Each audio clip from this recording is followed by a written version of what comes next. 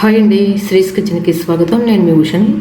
ఈరోజు నేను చిలకడదుంప హల్వా చేశానంటే అసలు టేస్ట్ అయితే చాలా చాలా బాగుంటుంది. ఇది హెల్త్ కూడా మనకి చాలా మంచిది. ఈ చిలకడదుంపల్ని మనం ఎన్నో రకాలుగా చేసుకుని తింటూ ఉంటాం.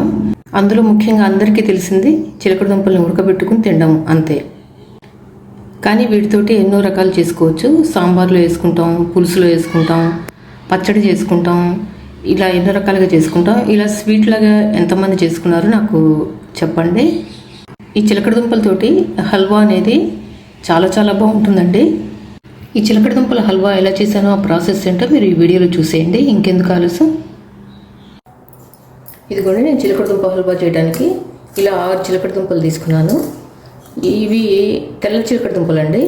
ఈ తెల్లవైనా కూడా ఈ చిన్న చిన్నవి కదా, అసలు చాలా స్వీట్గా ఉన్నాయి. ఎర్రవైతే ఇంకా స్వీట్గా ఉంటాయి. అవి దొరికితే కనుక మీరు వాటితో చేసుకోండి. నాకు అవైలబుల్గా లేవు, అందుకని నేను తెల్లవి చేస్తున్నాను. ఈ తెల్లవైనా కూడా చిన్న చిన్నవి కదా, చాలా స్వీట్గా ఉన్నాయి. అందుకని వీటితో చేసేస్తున్నాను నేను.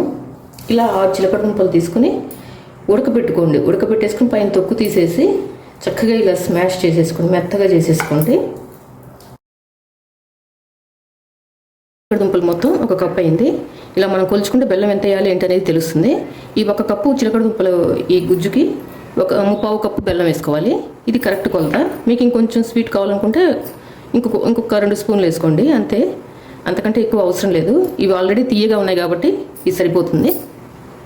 స్టవ్ వెలిగించి ఒక కడాయి పెట్టేసుకుని అందులో కొంచెం నెయ్యి వేసుకుందాం. ఇందులో కొంచెం బాదం పప్పు, జీడిపప్పు వేయించేసుకుందాం.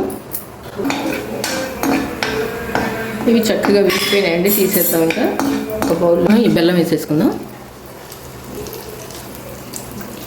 ఇందులో మనం నీరు పోసుకొని అవసరం లేదండి, చక్కగా అదే కరిగిపోతుంది. ఇది చక్కగా కరిగిపోయి చూసారా, ఇలా ఉడుకుతున్నప్పుడు ఇందులో మనం ఇది వేసేద్దాం. ఈ చిలకడదుంపలు ఉడకపెట్టుకున్నాం కదా, ఈ మిశ్రమాన్ని ఇందులో వేసేసి చక్కగా ఇందులో కలిసిపోయేటట్టుగా బాగా కలపండి.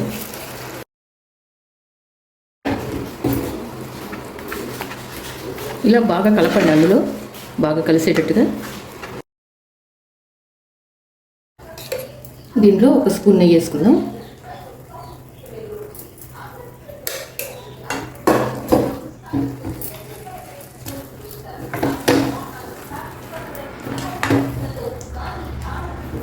ఇలా కలుపుతూ ఉండండి దగ్గరకు వచ్చే వరకు. హెల్త్కి చాలా మంచిదండి. పూర్వకాలంలో మునులు అరణ్యాల్లో తపస్సు చేసేటప్పుడు కందమూలాలు తిని బతికేవాళ్ళని చెప్పేవాళ్ళు కదా, కథల్లో చదువుకున్నాం మనకు తెలియదు. కానీ ఇవే చిలకడదుంపలు ఇలాంటివి తిని వాళ్ళు పొట్ట నింపుకునేవాళ్ళు. దాన్ని బట్టి తెలుస్తుంది, వాళ్ళు తిని ఎన్నో రోజులు తపస్సు చేస్తూ ఉండేవాళ్ళట.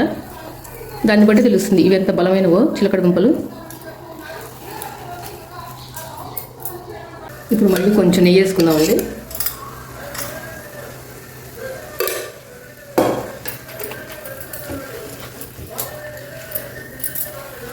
కొంచెం నెయ్యి ఎక్కువ వేసుకోండి, బాగుంటుంది దీనికి.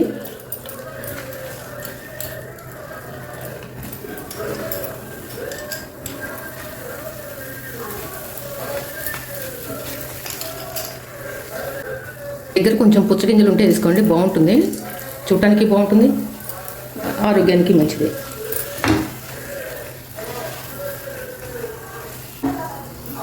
ఇలా అంటే చక్కగా ఉండలాగా వచ్చేస్తుంది చూసారా. ఇంకొక 2 నిమిషాల నుంచి మనం దించేద్దాం. ఇంకా ఇప్పుడు ఇందులో కొంచెం యాలకుల పొడి వేసుకుందాం.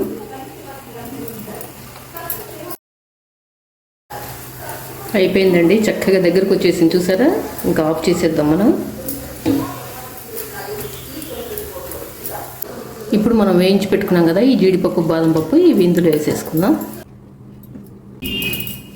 ఇదిగోండి, మన చిలకడదుంపల హల్వా రెడీ అయిపోయింది. పైన కొంచెం ఇలా చల్లుకుందాం బాదం పప్పు పొడి, కొంచెం పిస్తా పప్పు. ఇంతేనండి, చిలకడదుంపల హల్వా చేయడం అయిపోయింది. చూసారా ఎంత బాగుందో అసలు. టేస్ట్ అయితే చాలా చాలా బాగుందండి. ఇది పిల్లలు, పెద్దలు అందరూ ఎంతో ఇష్టంగా తింటారు. హెల్త్ కూడా చాలా మంచిది. చేయటం కూడా చాలా సింపుల్ ప్రాసెస్ అండి, తొందరగా అయిపోతుంది. ఇది దేవుడికి నైవేద్యంగా కూడా పెడతారు. నేను చెప్పినట్లు మీరు కూడా ట్రై చేసి ఎలా వచ్చిందో నాకు కమెంట్ సెక్షన్లో కమెంట్ చేయండి. ఈ వీడియో మీకు నచ్చినట్లయితే లైక్ చేయండి, షేర్ చేయండి మీ ఫ్రెండ్స్ అందరికీ, రిలేటివ్స్ అందరికీ. కొత్తగా నా ఛానల్ ఏమైనా చూసినట్లయితే తప్పకుండా సబ్స్క్రైబ్ చేసుకోండి. మరిన్ని ఇలాంటి వెరైటీ రెసిపీస్ కోసం నా ఛానల్ సబ్స్క్రైబ్ చేసుకోండి. Thanks for watching. బాయ్ అండి.